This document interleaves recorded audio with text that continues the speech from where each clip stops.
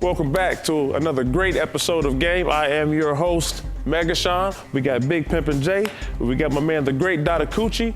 Please be sure to hit us up via email at gameshowchat@gmail.com, as well as following us on Twitter at gameshowchat.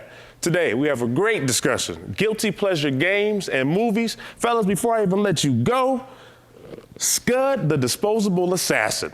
That is a game that if I randomly got my hands on it again, I would play the game all night. I had it, and then somebody stole it from me, and I never got it back. But that is a game that there are some times in my sleep, I just say, man, I just have like a quick dream of him running around with the, it might have been the dual pistols. But Scud I always wanted to play that game. I never played it. I always saw it and always wanted to play it, and I never played it. I'm going to look for it, and I'm going to try to find it, and I'm going to buy it, and I'm going to play it. And I'm just going to borrow his. It's going to make it so much easier for me. But you know which game I'm talking about. I do know what you're talking about. The game was great. And then I have The Fifth Element. Oh, come on, man. I watch it all day, every day. The Fifth Element isn't a guilty pleasure. It is required viewing. This is true. So listen, Mia Jovovich, who just needs to be my third ex-wife. I mean, she is just bad. And I mean, Bruce Willis doesn't do horrible movies. Not at all. I mean, come on, Gary Oldman's in this film. Name me more than one bad movie that Gary Oldman's been in. Not counting Harry Potter. It's not his fault. Harry Potter's not bad, man. Not That's good my either. guilty pleasure, man. I'm not gonna lie. I did not hate the Harry Potter movies. I didn't hate them either, but I didn't like them. I read the books first, and then I watched the movies. And as you all know, books are always better. But they did a very good job. And like, when a lot of people think about Harry Potter, you have this little kid, man, Harry Potter was pretty deep. This kid had to go through some book. This dude wants to kill him because he's prophesized to kill this guy. And I was like, man, he's just a baby. Tried to kill the baby. He's a baby. They tried to kill the baby. Come on. You're getting a little deep with this Hogwarts. Hey, man. Harry Potter, I didn't think it was that bad at all. I mean, I wouldn't call myself like a pothead like some of those people out there. A pothead. Right. But definitely good movies, though. But I thought they were very done, real well movies. I mean, they're trying to find that fire again with those Hunger Game types thing. That's ripping something off. We'll talk about it another time. Battle Royale. Yeah, but Harry Potter, I thought it's in the main masses. For like normal people, when I say normal people, I mean guys like us. Gotcha. Most of them don't watch Harry Potter. And that's one of my guilty pleasures. I watch Harry Potter. Since you brought up Hunger Games, which quite frankly, I mean, the movie wasn't terrible. Battle Royale. Battle Royale is a guilty pleasure. That and Suicide Squad. I can sit and watch those two movies forever. And I know that makes me a horrible person with some bad mental disturbing thing, because watching little kids get killed isn't something I should enjoy. But there is just something great about watching those movies that just makes me laugh over and over again. Just like watching like Friday the 13th movies. Oh, yeah. Watching slasher flicks. Slasher flicks, I think they're always awesome. When you sit down and watch them and you're laughing at the hilarious ways they try to think of how people get killed. That it sounds sadistic, but it works. From dusk till dawn. Yeah.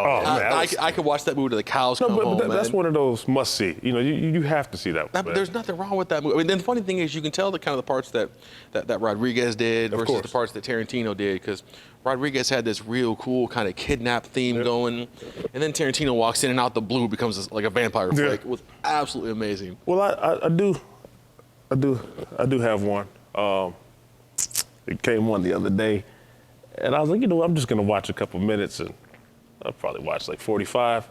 Is Jason X. Oh yeah. It was, I like that one. It was terrible.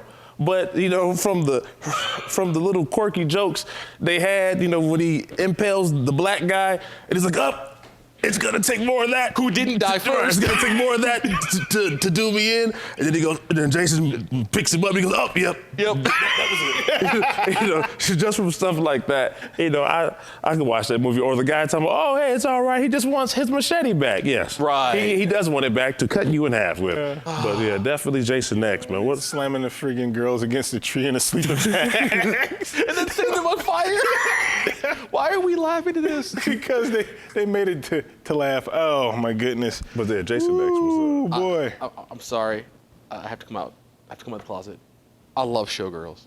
And not because of the gratuitous nudity. I mean, the story on that movie is so paper thin, and the acting is so bad.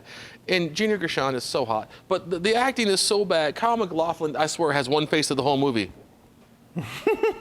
But it's just, there's just something comically bad about trying to watch that movie that is so bad. It's so entertaining. Anytime that thing's on, even if it's on Skinamax, it's like, 5 minutes, okay, I'm good. Just terrible, terrible movie. I know it's bad, but it's so funny. It's not like Catwoman bad. Now, is it more that it's funny or is it that it's laced with breasts? I don't care. Honestly, the nudity in that movie has nothing to me. I mean, you could watch it on like regular TV, and it's still so campy and bad. Yeah. It's like watching like 60s Batman. It's so bad, it's just comical and fun.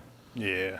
Yeah. Well, on another note, not talking about movies, but for video games, probably one of my biggest guilty pleasures would be Sega.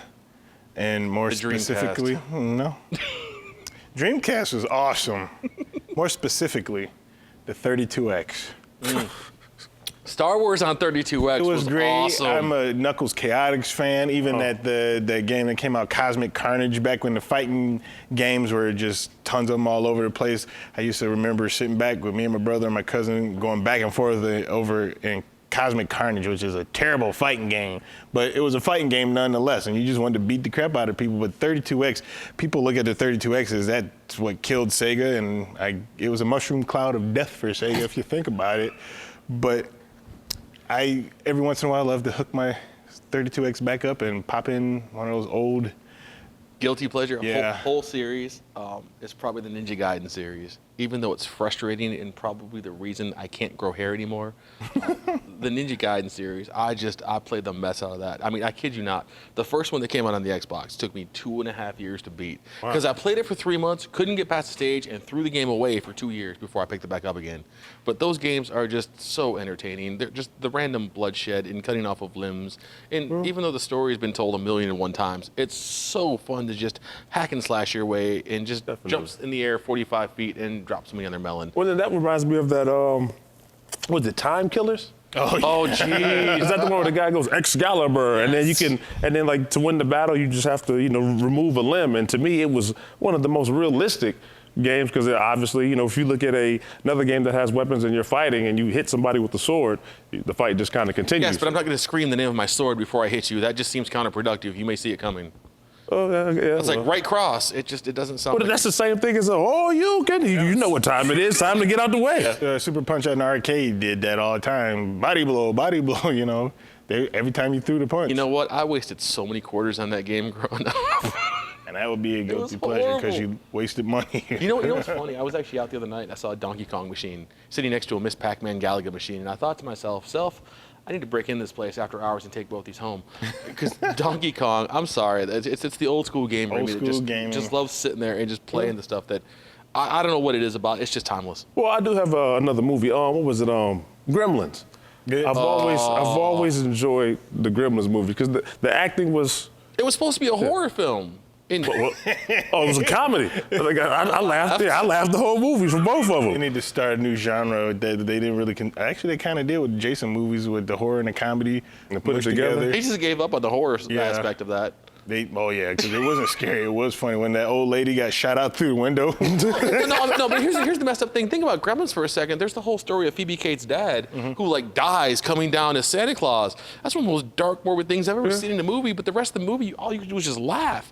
I love Gremlins. Well, then also any black exploitation film. Oh, don't get me started. I can on watch Black those Dynamite. all day. That's my guilty. The Black Dynamite, the Shafts, the Blackulas. Because if you look at the movie and look at how terrible they were produced, but they were good and they were just classic movies. And any of them, like JD's Revenge. What was the one that Gordon from Sesame Street was in? He was like the main character. Oh, I know. And you guys know what I'm talking about. I know we sat exactly and watched it one day. And we're going, it wasn't from Sesame It wasn't Street? Superfly. It was I know what you're talking about, but we have to think about it later because we don't have any, running out of time. So please be sure to email us at gameshowchat@gmail.com, as well as follow us on Twitter at gameshowchat.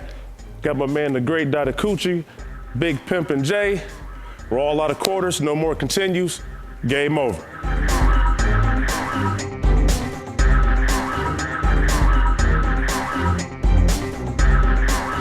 I was 9 years old, waiting for Dad to come home from work. Christmas Day came and went, and still nothing. The house was freezing, so I went to try to light up the fire, and that's when I noticed the smell. The firemen came and broke through the chimney top. They pulled out my father. He was dressed in a Santa Claus suit. And that's how I found out there was no Santa Claus.